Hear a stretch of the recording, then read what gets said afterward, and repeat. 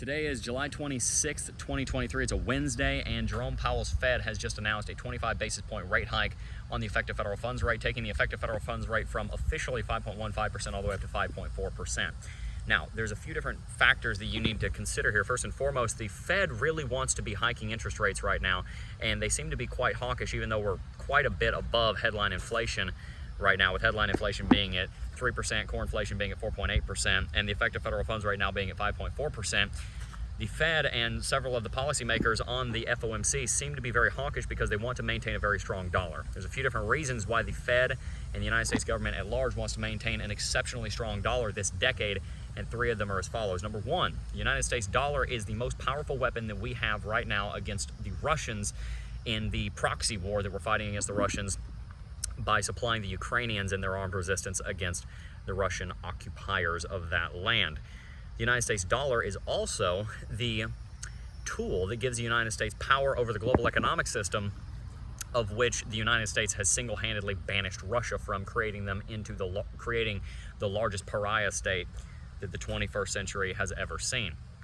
Number two, the second reason why the Americans want to maintain a very strong dollar and do that through keeping a high interest rate is that China has about 8 more years to make a move on Taiwan before they have absolutely no shot whatsoever of ever being able to recapture or capture, I suppose, that island from the Taiwanese.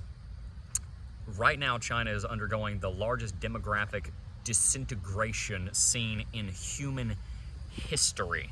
Their birth rate is absolutely abysmal. Almost half of the replacement rate, which is 2.1, their replacement rate right now is about 1.2 to 1.4 births per woman. The effects of the one-child and the two-child policies of the 60s, 70s, 80s, and 90s, and even to early 2000s, have led to one of the largest demographic collapses in recorded history.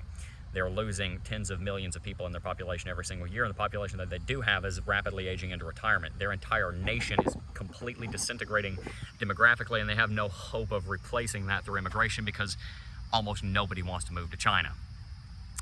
That being said, definitely not Jinpings Zhao.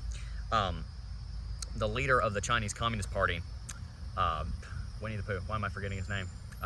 Xi Jinping, thank you. The leader of the Chinese Communist Party, Xi Jinping, is getting older. He's going to be 80 by the end of this decade, and he's getting to the point where he's thinking a lot about legacy. He's thinking a lot about who's going to replace him. He's thinking a lot about how he can capitalize on the few short years that he has left with anything closely resembling a sober mind, if you could say he even has that right now.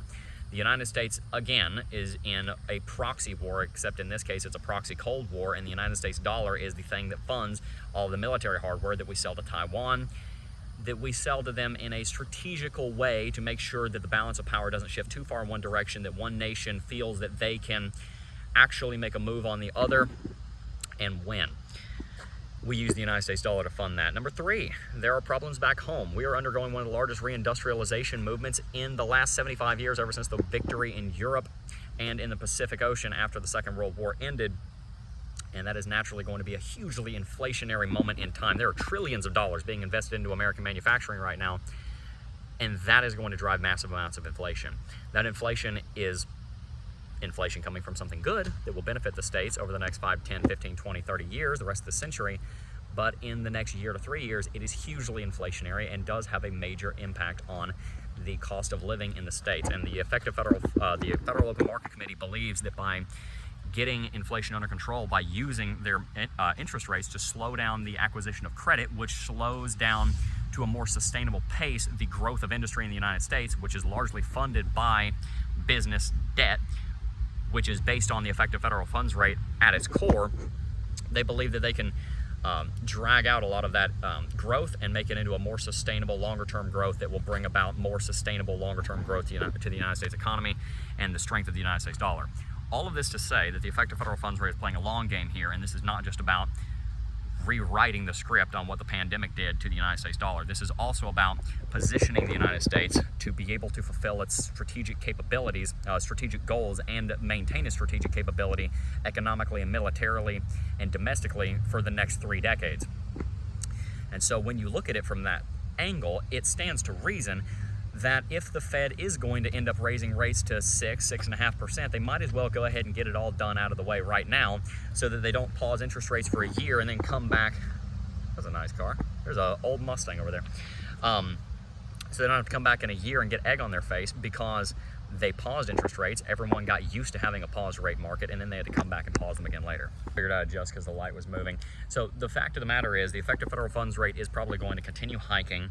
At this point, I would not be surprised if it went to 5.65%, which would be the next move, or even up to 5.9%, maybe even 6.15%. That would entail 3 more rate hikes. That was not our original prediction, but now that's what seems to be taking place as the hawks on the effective federal on the Federal Open Market Committee see all of these different domestic and geopolitical realities that the effective federal funds rate has a huge impact on.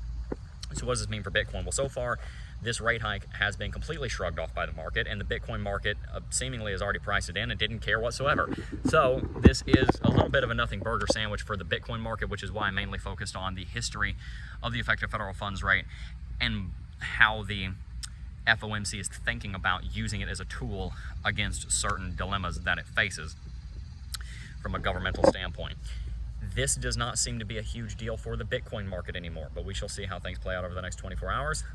If you want to see how you can plan for a movement to the upside or the downside, today's episode of Coffee and Crypto has an outline for how you could potentially go about trading a bullish movement or a bearish movement, so make sure to check that out, and you can see how to capitalize on any movement that may come from this over the next couple of days. Peace.